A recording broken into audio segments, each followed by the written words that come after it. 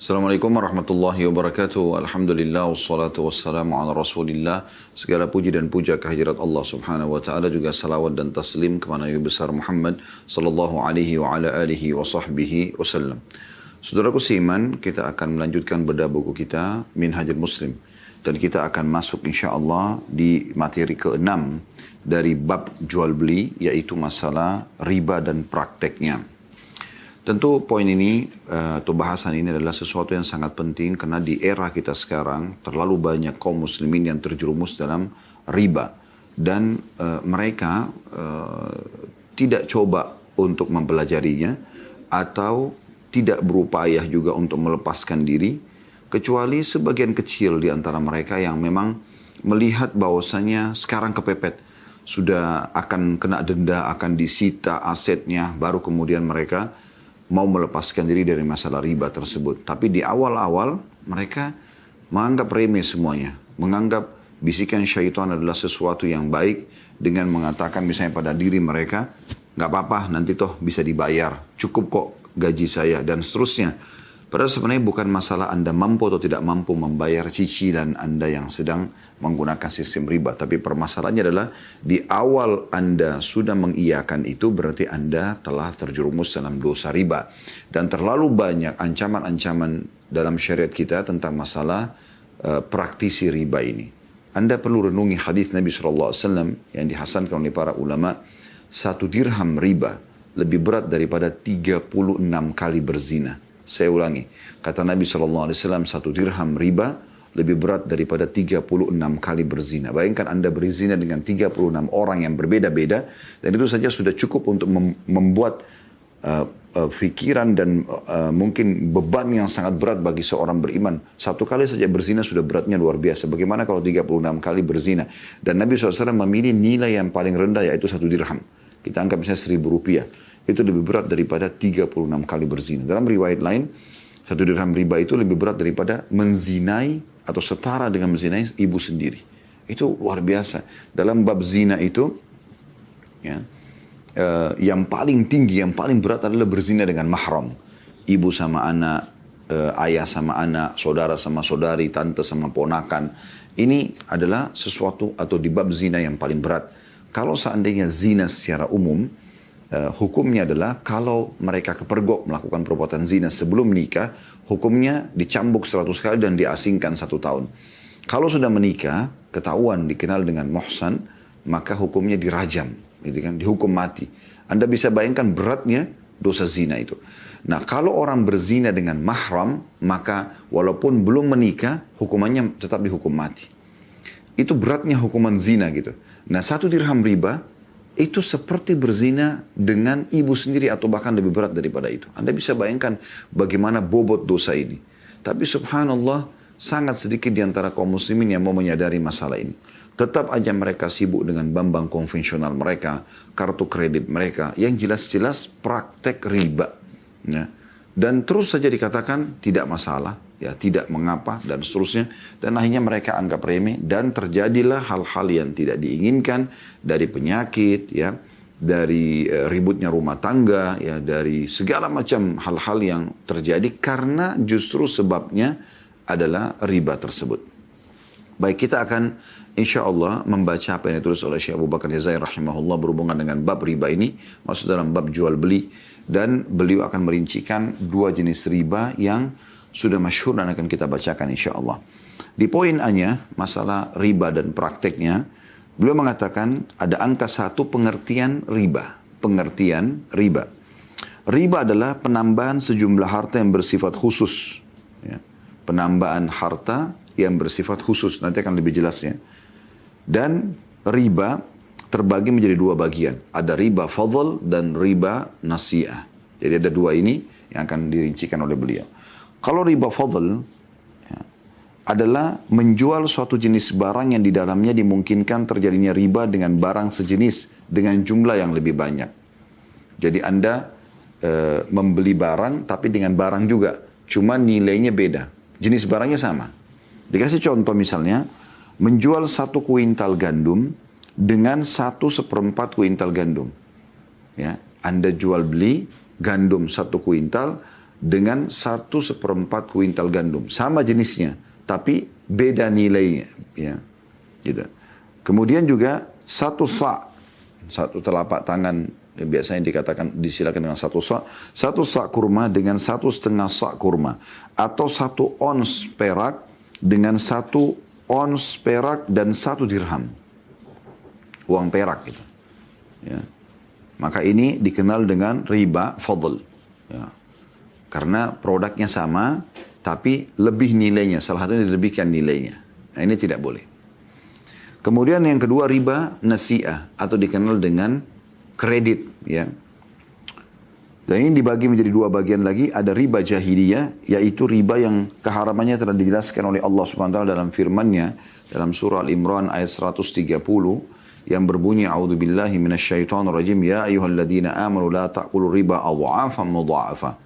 Hai orang beriman, janganlah kalian memakan riba dengan berlipat ganda. Hakikat riba nasi'ah, bahwa seseorang memiliki hutang kepada orang lain hingga batas waktu tertentu. Misalnya Anda hutangkan 1 juta rupiah kepada seseorang.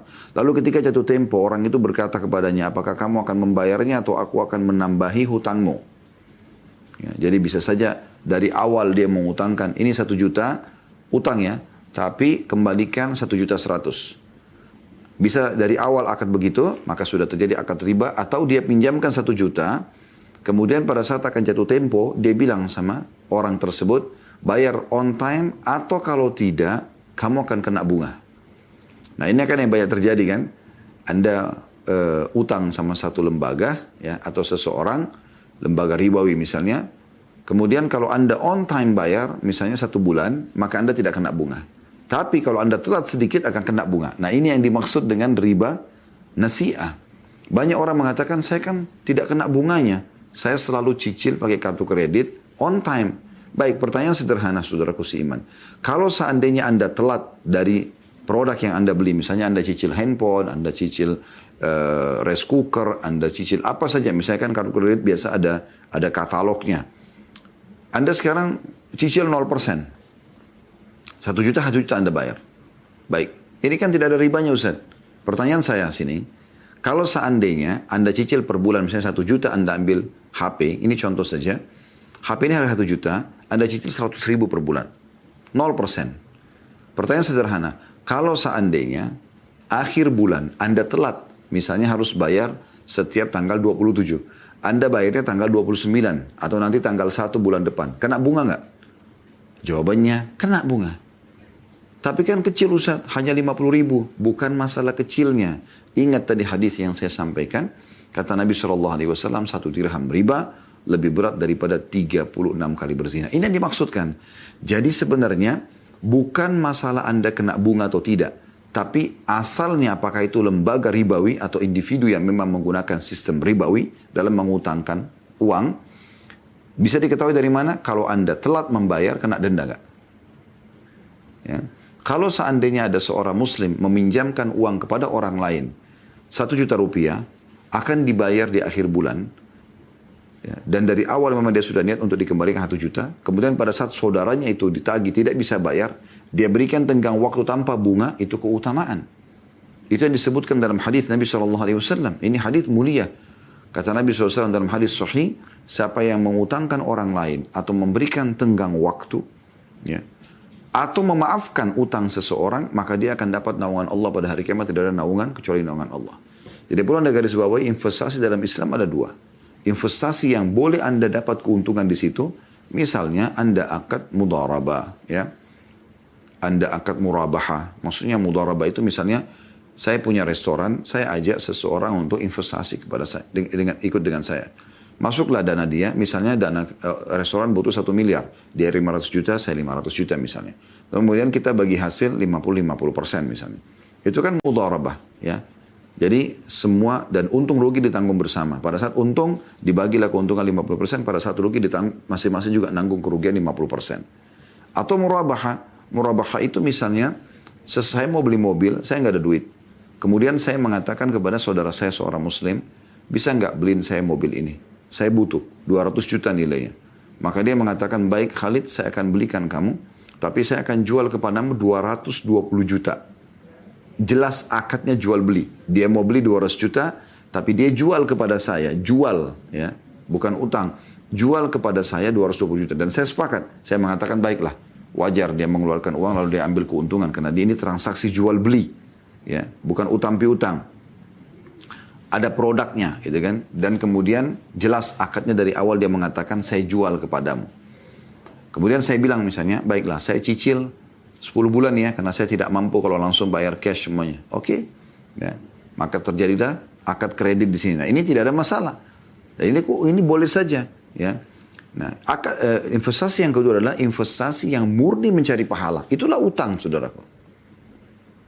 Utang itu adalah investasi juga, tapi murni mencari pahala.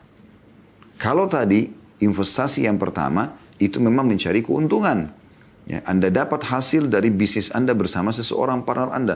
Tapi kalau di sini tidak. Ya. Kalau yang utang ini memang investasi, tetapi sifatnya ya, Anda tidak mengambil keuntungan duniawi. Anda justru mengejar keutamaan. Makanya banyak sekali kalau Anda ketik di Google keutamaan mengutangkan orang. Keutamaan misalnya memberikan tenggang waktu. Banyak sekali riwayat-riwayat yang menyebutkan tentang keutamaan-keutamaannya. Gitu kan, Anda bisa baca. Maka itu boleh. Ya. Tapi ingat, memang tidak ada keuntungan dalam situ. Kapan Anda tambah, maka masuk dalam riba an-nasiyah. Baik. Kemudian dia katakan, jika ia tidak mampu membayarnya, niscaya utangnya ditambah dan ditangguhkan hingga batas waktu yang lainnya. Saya ulangi kembali, hakikat riba nasi'ah, bahwa seseorang memiliki utang kepada orang lain hingga batas waktu tertentu, lalu ketika jatuh tempo, orang itu berkata kepadanya, apakah kamu akan membayarnya atau aku akan menambahi utangmu? Saya berbunga. Jika ia tidak mampu membayarnya, niscaya utangnya ditambah ya, bunga dan ditangguhkan hingga batas waktu tertentu. Maksudnya, oke, saya tambah 1 bulan lagi, tapi bertambah ya, jadi 1.100.000 misalnya. Sehingga jumlah utangnya akan terus bertambah dan berlipat ganda seiring dengan penambahan batas waktu pembayarannya. Juga termasuk ini contoh riba nasi'ah, tapi yang dikenal dengan riba jahiliyah. Di masa jahiliyah mereka selalu begitu. Utangin orang, ya, tapi dia ambil keuntungan dari situ. Memang dia jadikan sebagai bisnis yang mengambil keuntungan. Padahal dalam Islam di sini murni mengejar pahala kalau utang piutang. Kemudian beliau mengatakan jika juga termasuk riba jahiliyah bahwa seseorang mengutangkan 10 dinar kepada orang lain hingga batas waktu tertentu, baik sebentar maupun lama dengan syarat ia harus mengembalikan 15 dinar. Ini sudah kita jelaskan tadi. Jadi ada 2 gambaran beliau di sini, riba jahiliyah yang masuk dalam riba nasi'ah, ya. Yaitu seseorang dari awal mengutangkan 1 juta rupiah lalu dia mengatakan kau harus kembalikan 1.100.000. Setuju? Tanda tangan. Atau dia utangkan 1 juta tanpa dia mau mengambil sesuatu, tetapi setelah itu pada saat mau jatuh tempo, orang yang sedang utang tidak mampu bayar, maka dia akan mengatakan kau bayar sekarang atau kalau tidak saya berikan tenggang waktu lagi cuma bertambah. Nah ini dua-duanya masuk dalam riba nasi'ah. Bagian pertama yaitu riba jahiliyah. Beliau mengatakan riba nasi'ah adalah jual beli sesuatu yang di dalamnya dimungkinkan terjadi riba. Misalnya menjual emas, perak, beras, gandum atau kurma dengan barang lain yang di dalamnya mengandung riba nasi'ah. Misalnya seseorang menjual 1 kuintal kurma dibayar dengan 1 kuintal gandum hingga batas waktu tertentu. Atau seseorang menjual 10 dinar uang emas dibayar dengan 120 dirham uang perak hingga batas waktu tertentu. Ini bagian yang kedua daripada riba nasi'ah itu sendiri. Ya. Selain tadi utang piutang, ya, itu dikenal dengan riba jahiliyah atau riba nasi'ah yang kedua yaitu ya, menukar sebuah barang dengan barang lain yang berbeda jenis, ya, tetapi tidak senilai. Kayak emas sama perak tadi sudah dikatakan atau gandum sama kurma. Ya. Tidak senilai. Ya.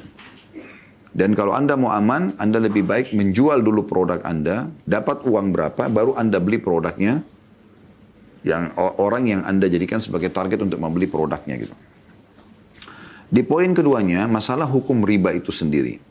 Riba diharamkan berdasarkan firman Allah Subhanahu wa taala dalam surah Al-Baqarah ayat 275 yang berbunyi a'udzubillahi minasyaitonirrajim wa halallahu al-bai'a wa harrama riba. Padahal Allah telah menghalalkan jual beli dan mengharamkan riba. Juga firman Allah Subhanahu wa taala dalam Al-Imran 130, A'udzu billahi minasyaitonir rajim. Ya ayyuhalladzina amanu la ta'kulu riba adha'afan mudha'afa. Hai orang beriman, janganlah kalian memakan riba dengan berlipat ganda. Apa makna berlipat ganda? Orang kalau sudah kena riba, teman-teman sekalian, itu akan berlipat ganda. Sulit sekali orang lepas dari riba itu. Ya. Anda perlu garis bawahi, teman-teman sekalian, utang itu dibolehkan dalam syariat Islam bagi orang yang tidak mampu. Bukan orang yang mampu lalu dia berhutang. Ya. Karena orang mampu dasarnya dia tidak boleh berhutang. Dia punya kemampuan. Masuk dalam umumnya sabda Nabi SAW, matlul ghani zulm. Menunda pembayaran bagi orang kaya adalah kezaliman. Imam Adz-Dzahabi rahimahullah masukkan dalam buku beliau Al-Kabair, dosa-dosa besar, yaitu sengaja menunda pembayaran utang bagi orang yang mampu. Sekarang kalau Anda punya kemampuan, ya kita lihat misalnya kartu kredit sekarang. Kartu kredit ini makin kaya makin besar limitnya, makin dibukakan pintu utang. Padahal dia mampu beli cash, gitu kan? Orang miskin gak bakal dipilihkan kartu kredit. Harus ditahu berapa gaji dia bulanan, alamatnya jelas, segala macam gitu kan. Dalam Islam justru utang diberikan kepada orang-orang yang tidak mampu. Dan memang kita mengejar pahala gitu kan. Tetapi di sini tidak. Mereka menggunakan hal yang berbeda. Yaitu mereka justru makin kaya, makin besar limit kartu kreditnya. Dan uniknya subhanallah ada orang merasa tenang. Ya, sikat gigi yang dia pakai, odolnya, sabunnya, samponya, minyak gorengnya, pancinya, kompornya, semua ya, AC, listrik dia, air, pakaian yang dia pakai, bantal, spray, selimut, semuanya riba. Kenapa? Dari kartu kredit. Dibayarin oleh bank riba. Yang tadi sudah kita jelaskan, kalau Anda bilang, tapi kan Ustaz saya cicil semuanya 0%. Sebentar dulu, Anda cicil di lembaga mana? Itu dulu pertama. Kalau lembaga riba, tetap aja. Karena asal hukumnya, dia punya akad riba. Ditahu dari mana? Kalau Anda telat bayar, Anda akan kena bunga. Walaupun 0%. Iya kan? Itu masalahnya. Jadi memang dia lembaga ribawi. Ya. Yang kedua, jelas sekali, ya, kalau ada sesuatu yang Anda terjadi, misalnya Anda telat, Anda kena denda. Kalau Anda ya, tidak bisa bayar, Anda kena hukuman. Anda bisa disita barang tersebut atau apa saja. Dan kalau sudah disita barang itu, misalnya rumah atau mobil, ya, kendaraan, maka apa yang sudah Anda bayar dianggap hangus. Nah ini juga ada unsur gharar, ada ribanya. Ya. Maka ini poin yang harus betul-betul diperhatikan baik-baik. Lebih baik Anda tinggal di kos-kosan teman-teman sekalian, dikontrakan. Dan Anda mulia, Anda tidak kena riba daripada Anda paksakan diri harus punya rumah tapi Anda kena riba. Dan apa ruginya? Sebagai seorang muslim kita harus berpikir teman-teman. Tidak bisa kita pisahkan kegiatan kita dalam keseharian dengan akhirat. Harus selalu ada hubungannya. Selalu ada hubungannya. Nggak bisa Anda pisahkan ini. Ya. Anda harus selalu menghubungkan antara ekonomi yang sedang Anda, bisnis yang sedang Anda lakukan dengan urusan sosial Anda, agama Anda. Anda bersedekah, Anda tahu Anda akan panen di akhirat, di pahala. Tidak bisa Anda pisahkan itu. Kita bukan orang-orang sekuler yang memisahkan antara agama dengan negara, agama dengan politik, agama dengan ekonomi. Sehingga muncullah banyak pakar-pakar ekonom tapi nggak paham agama Allah. Banyak pakar politik nggak paham agama Allah. Ini keliru. Islam datang untuk mengatur seluruh lingkup, seluruh seluk-beluk kehidupan seorang muslim. Politiknya, ekonominya, sosialnya, semuanya. Ya. Islam ini harus menjadi agama pengontrol, nggak bisa tidak. Di sini Anda harus pahami masalah itu. Ya. Sementara transaksi ribawi jelas diharamkan dalam Islam, tapi kita masih saja terus sibuk dengan itu. Ya. Baik teman-teman sekalian, juga beranjak daripada hadis Nabi SAW tentang masalah hukum haramnya riba ini, yaitu yang berbunyi, la'anallahu akilar riba wa mu'kilahu wa syahidaihi wa katibah. Allah melaknat pemakan riba, pemberi riba, dua orang saksinya, dan pencatatnya. Hadis ini riwayat Abu Daud nomor 333, Ibnu Majah 2277, dan Tirmidzi 1206, dan beliau mensahihkannya. Lalu apa solusinya Ustaz? Pindah perbankan syariah. Tapi kan perbankan syariah itu sering gitu kadang-kadang saya dengar jemaah. Kan masih ada yang sama. Akadnya lah apalah segala macam. Akhi dan ukhti. Kalau masih ada sesuatu yang salah dari perbankan syariah, maka itu sebagian kecil persentasenya misalnya, anggaplah dari 100% riba bank konvensional, mungkin bank syariah ini ada 30% yang masih perlu diperbaikin. Baik, minimal Anda meminimalkan kesalahan itu dan Anda serahkan kepada dewan syariah mereka. Kan semua perbankan syariah punya dewan syariah. Serahkan mereka. Ya. Ij'al bainaka wa bainan nari alima. Jadikan antara kau dan neraka seorang alim. Dia sudah memberikan fatwanya, dia yang bertanggung jawab depan Allah, bukan Anda. Tapi kalau Anda masih di bank konvensional, dari mana Anda mau berhujjah apa di depan Allah SWT pada hari kiamat? Kenapa? Sampai kapan kita terus mau ngotot dengan cara seperti ini teman-teman sekalian? Dan tidak mau hijrah. Coba Anda hijrah, pindah. Ya. Atau Anda meminimalkan itu dengan Anda pindah. Kalau Anda tidak pindah ke perbankan syariah, lalu Anda kemana? Gitu. Anda harus kemana sekarang? Kondisi kita tidak seperti itu. Tapi Anda sudah aman. Karena dari satu sisi mereka punya dewan syariah. Ada ustadz-ustadz, ada kiainya di sana. Mereka akan bertanggung jawab depan Allah kalau memang mereka ada salah sistemnya. Anda bisa datang, Anda diskusikan, Anda tanyakan. Juga sabda Nabi, dan ini ketat sekali ya. Perhatikan, Allah melaknat, artinya Allah murka pada mereka. Akil riba, yang memakan riba itu. Ya. Lembaganya di sini. Atau, pemakan riba ini maksudnya orang yang jadi konsumennya, atau orang yang menjadi nasabahnya. Kemudian, wa mu'kila, yang memberi makan riba. Lembaganya. Wa syahidaihi, dan saksinya. Dan juga wa katibah. Katibah ini penulisnya, berarti para pegawainya. Kena semua ini. Ya, kena semua. Juga sabda Nabi SAW, dirhamun riba, ya'kuluhu rajulu wa huwa ya'lam, asyaddu min sittin wa thalathina zanya. Satu dirham dari hasil riba yang dimakan oleh seseorang, sedangkan dia mengetahuinya, dosanya lebih berat daripada 36 kali berzina, sebagaimana sudah kita jelaskan tadi. Hadis ini ada putun nomor 1349, diriwayatkan Ahmad nomor 21450, dan beliau mengatakan hadis ini adalah hadis yang sahih. Ya. Juga sabda Nabi SAW, Ar-riba 73 baban, aisaruha an yankiha ar-rajulu ummah, wa inna arba riba irdur rajul muslim. Riba itu ada 73 pintu, 73 tingkatan, level-levelnya. Di mana pintu yang paling ringannya, yang paling ringan nanti hukumannya pada depan Allah SWT hari kiamat, setara dengan dosa seseorang menikahi ibu kandungnya, zina sama ibu kandungnya. Itu paling rendahnya. Dan pintunya yang paling berat setara dengan dosa menodai kehormatan seorang muslim. Hadis ini diriwayatkan oleh Al-Hakim dan beliau mensahihkannya. Ya, tentu dalam hadis ini penutupannya sangat luar biasa ya. Kalau Anda menganggap sudah faham dosa riba itu berat, bahkan mengalahkan dosa zina, maka Anda mencoreng kehormatan muslim, gosipin dia, fitnah dia, adu domba dia, lebih berat lagi daripada ya, dosa riba itu. Karena level ke-73-nya yang paling beratnya, itu setara dosanya dengan mencoreng kehormatan seorang muslim. Nah, ini kan banyak sekali dianggap remeh di tengah-tengah masyarakat kita. Gosip itu menjadi sesuatu yang biasa, hot news kalau perlu. Berita yang terbaru, yang paling panas. Gosipin orang. Angkat cerita aibnya orang. La haula wa la quwata illa billah. Ini setara dengan level tertingginya riba. 73. Level ke-73-nya gitu. Level yang paling rendahnya, level satunya, ya, itu setara dengan berzina dengan ibu sendiri. La haula wa la quwata illa billah. Semoga Allah selamatkan kita. Juga sabda Nabi SAW, ijtanibus sab'al mubiqat. Jauhilah 7 dosa yang membinasakan.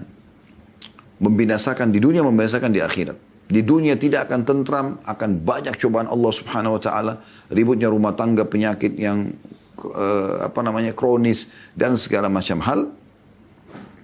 Dan di akhirat juga membinasakan. Siksanya lebih pedih di kuburan dan juga di akhirat. Lalu ditanyakan kepada beliau, ya Rasulullah, apa saja 7 dosa membinasakan itu? Lalu beliau mengatakan, asyirku billah. Yang paling pertama menyekutukan Allah. Syirik. Kedukun-dukun, berhenti ini. Ya. Menganggap ada partner Allah Subhanahu wa ta'ala. Ada yang menurunkan hujan juga selain Allah. Ada yang memberikan rezeki selain Allah. menyekutukan seperti orang-orang kafir Quraisy. Mereka yakin Allah ada, tapi mereka yakin juga kalau patung-patung itu punya kekuasaan seperti Allah. Maka mereka juga mohon-mohon pada patung-patung tersebut.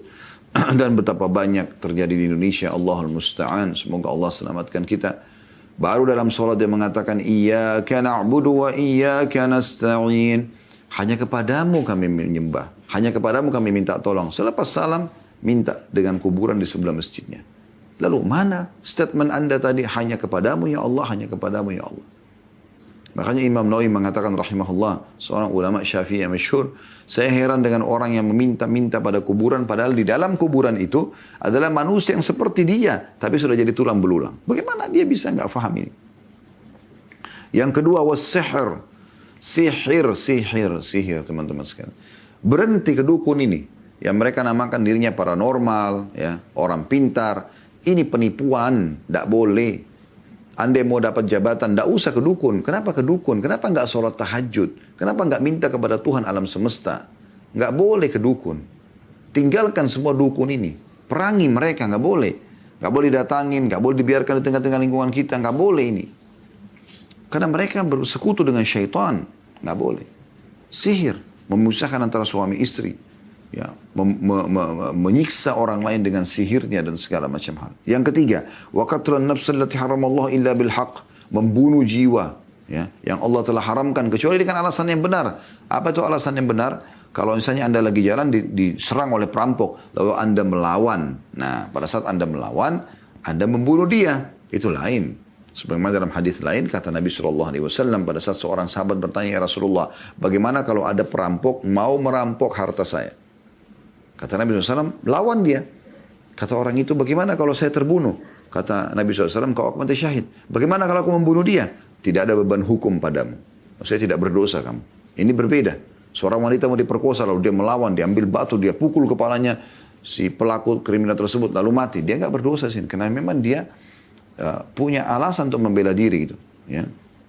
Tapi kalau hanya bunuh-bunuh diri tanpa sebab, maka ini termasuk ya, dosa yang membinasakan. Ya, oh, tidak ada orang yang membunuh orang lain kemudian dia bisa tenang tidur. Ya, pasti dia akan gelisah. Orang itu juga akan menuntut dia pada hari kiamat nanti.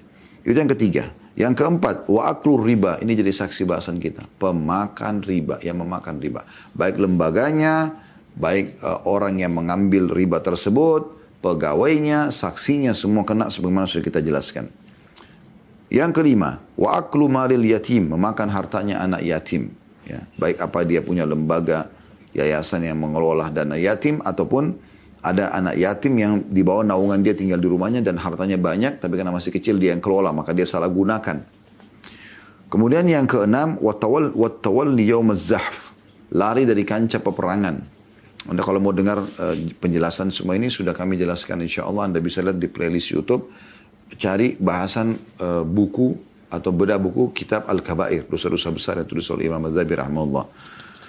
Kemudian yang terakhir adalah yang ketujuh, wa kadhful muhsanatil mu'minatil ghafilat, menuduh berzina wanita yang beriman serta lengah. Maksudnya memfitnah mereka sehingga akhirnya mereka dikucilkan atau dihukum oleh masyarakat karena fitnah yang dibuat oleh orang ini. Ini adalah 7 dosa yang membinasakan. Saksi bahasan kita yang keempat yaitu memakan harta riba.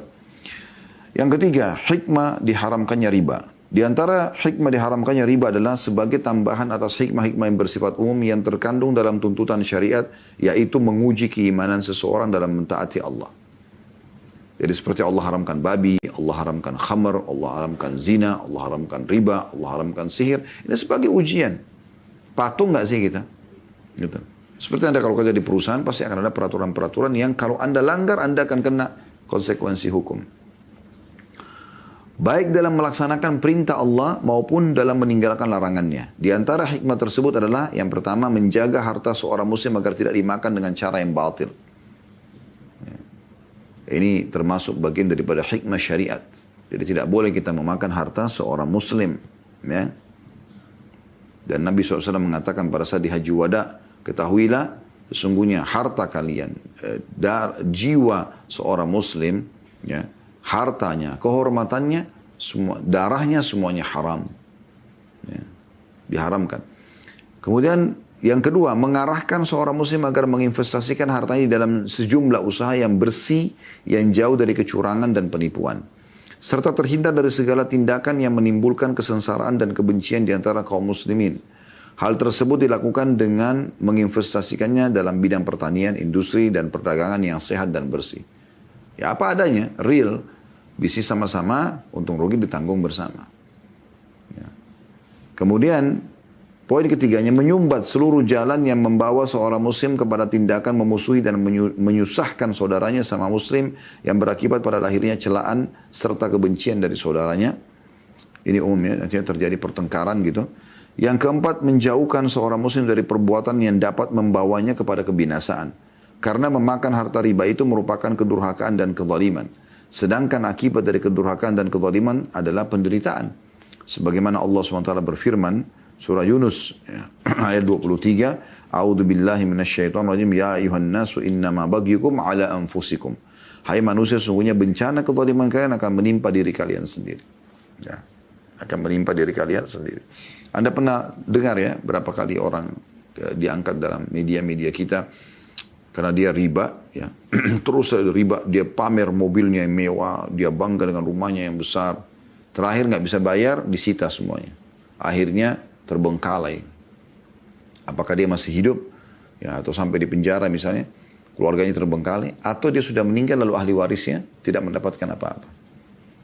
Saya pernah ditanya oleh seorang ibu pada saat di majelis kami itu di meja-meja taklim disampaikan masalah itu ya. Biasanya kalau ibu-ibu melalui kertas terus membahasakan kalau saya tidak beli rumah sekarang maka saya tidak akan pernah punya rumah. Saya bilang itu kan persepsi ibu. Ya.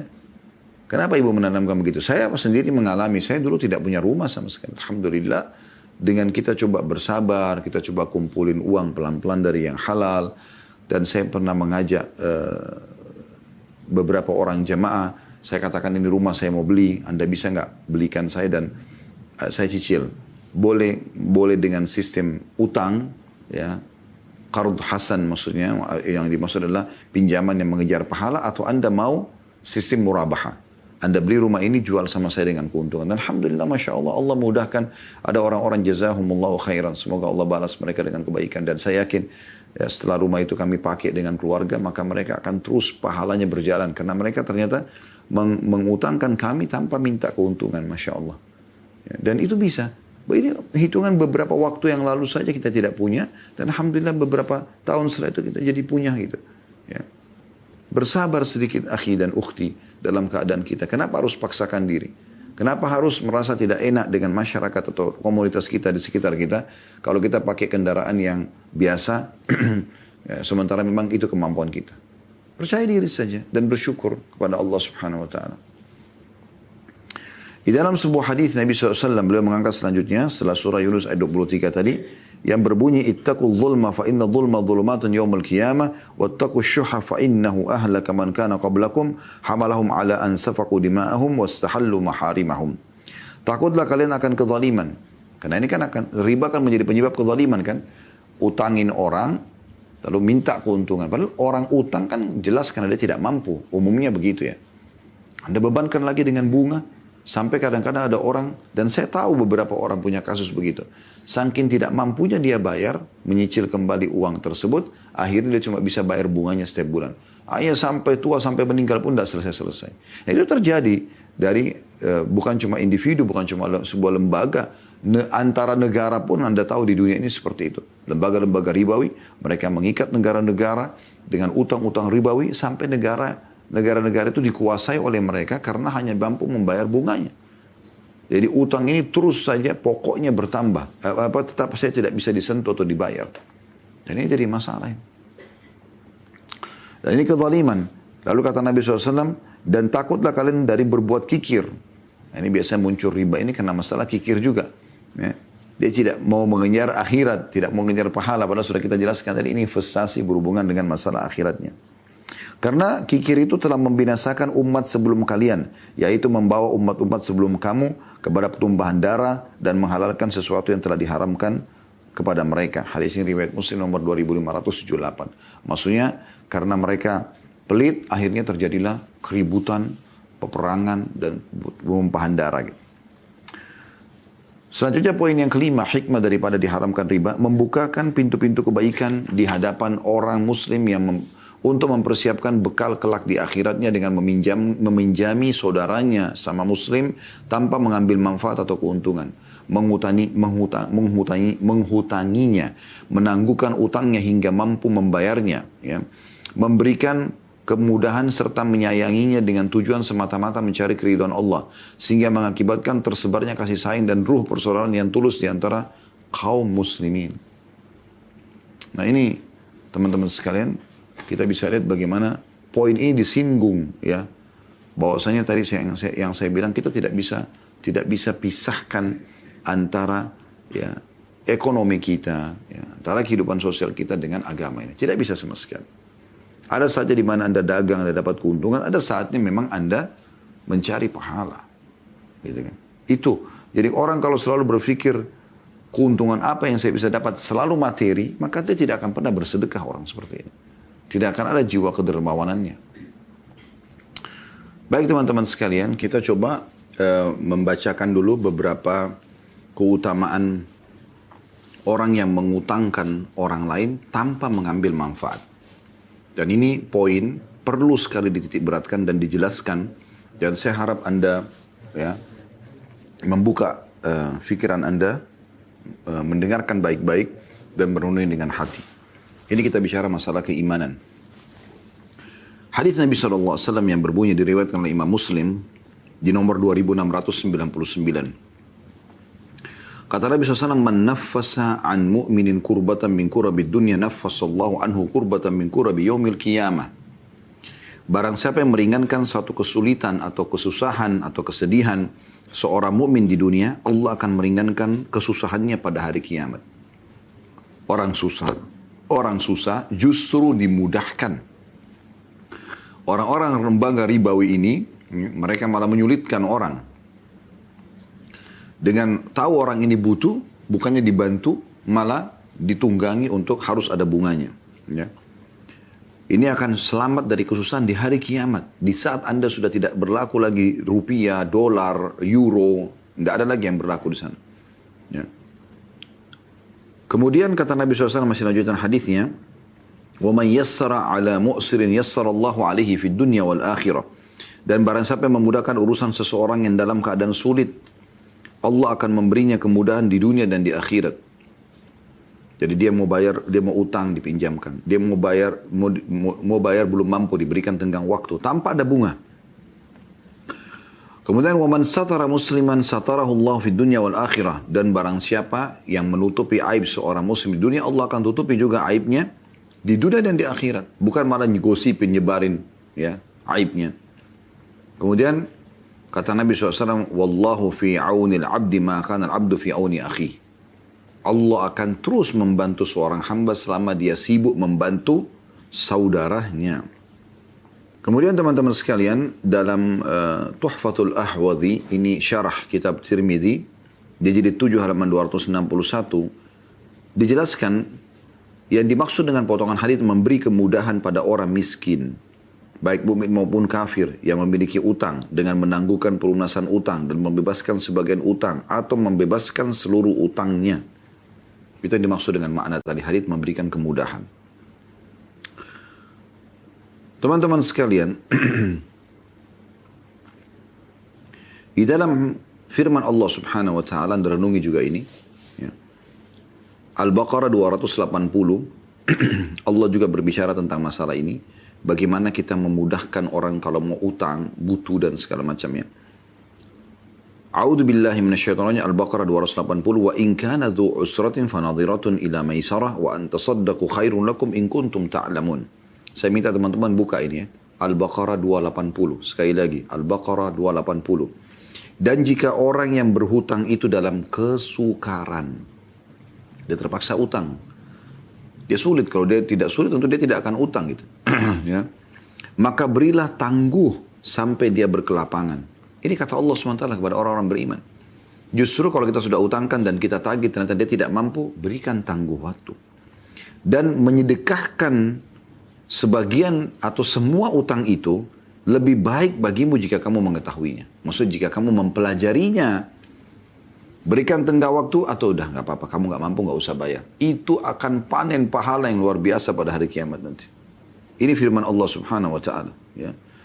Begitu juga dengan hadis Nabi SAW riwayat Imam Muslim nomor 3006. Ini dalil yang ketiga. Ya. Kata Nabi SAW, man anzara mu'siran aw wada'a anhu adallahu Allahu fi dhillih.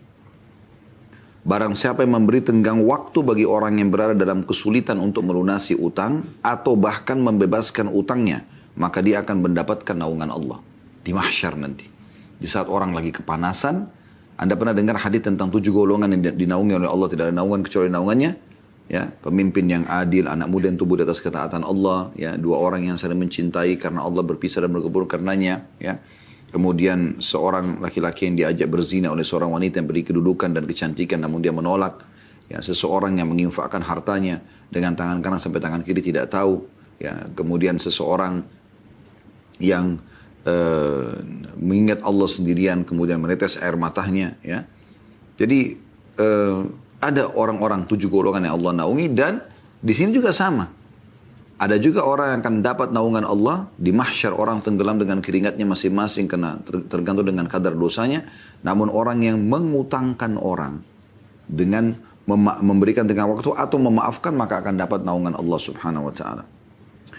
Juga dalam hadis Nabi SAW, hadis ini diriwayatkan oleh Imam Ahmad dan dinyatakan sahih. Kata Nabi SAW, man ahabba an yudhillahu Allahu azza wa jalla fi dhilli falyunziril mu'sira aw liyadha anhu. Barang siapa yang ingin mendapatkan naungan Allah azza wa jalla di hari kiamat nanti, maka hendaklah dia memberi tenggang waktu bagi yang mendapat kesulitan untuk melunasi utang atau bahkan dia membebaskan utangnya tadi.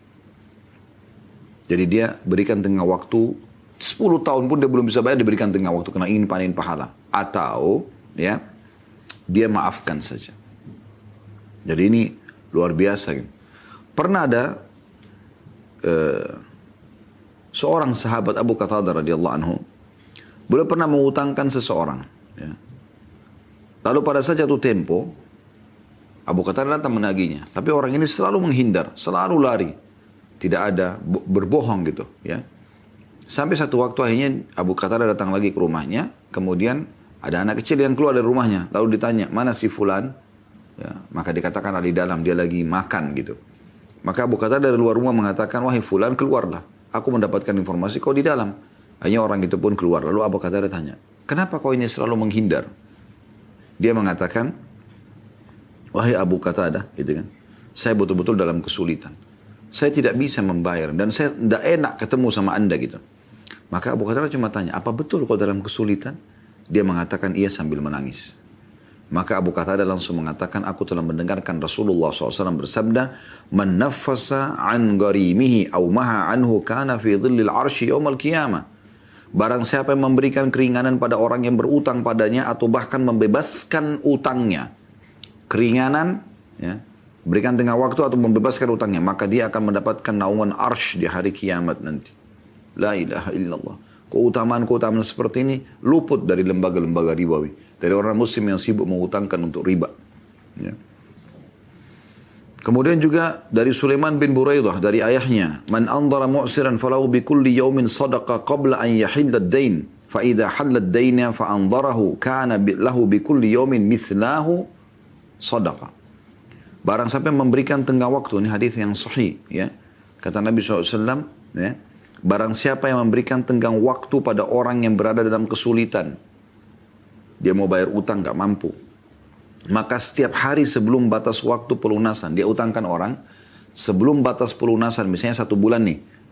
Jadi setiap hari di masa utang itu, 1 bulan dia menunggu dibayar itu, dia akan dinilai telah bersedekah sejumlah uang itu. Jika utangnya belum bisa dilunasi lagi, lalu dia memberikan tenggang waktu kepada orang tersebut, ya, setelah jatuh tempo, maka setiap harinya dia akan dinilai telah bersedekah 2 kali lipat nilai piutangnya.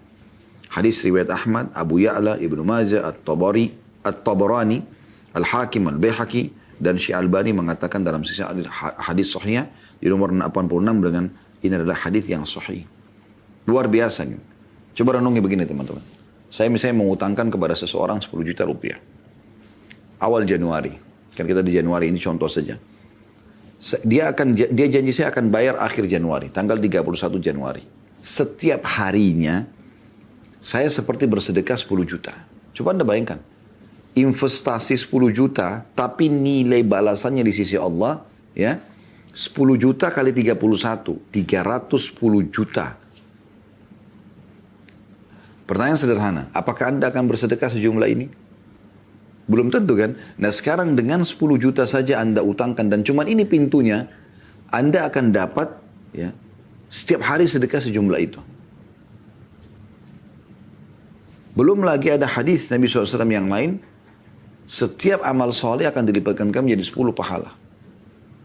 Dalam firman Allah SWT juga berbunyi itu. Man ja'a bil hasanati falahu asyru amsalihha. Siapa yang melakukan satu perbuatan baik maka Allah akan lipat gandakan menjadi 10 kali lipat. Artinya 10 juta tadi ya seakan-akan dia bersedekah setiap harinya 10 juta kali 31 hari berarti kan 310 juta. Dikali 10 3 miliar 100 juta. Investasinya 10 juta. Belum selesai teman-teman. Dalam hadis ini dijelaskan, kalau jatuh tempo, misalnya akhir Januari kita nagih, dia nggak bisa bayar. Kita berikan lagi dia tenggang waktu, maka kita akan mendapatkan perharinya double 20 juta per hari. Berarti, 1 bulan lagi kalau misalnya pun 30 hari misalnya, berarti kan 300 juta ya. Berarti 600 juta karena double. Plus dikali 10 pahala 6 miliar. Luar biasa gitu. Bagaimana kalau seseorang, ini kita baru bicara sebulan 2 bulan. Bagaimana kalau ada orang yang sudah punya utang sama orang atau punya piutang sama orang lain sudah 10 tahun belum dibayar-bayar. Itu luar biasa. Renungi ini teman-teman sekalian. Jadi jangan selalu sibuk dengan mencari keuntungan dari situ. Dan disebutkan dalam hadis Bukhari nomor 2078 bahwasanya kana tajiran yudayilun nas. Dulu ada seorang pedagang yang suka memberikan pinjaman kata Nabi SAW kepada orang lain. Fa idza ra'a mu'siran qala li fityanihi tajawazu anhu.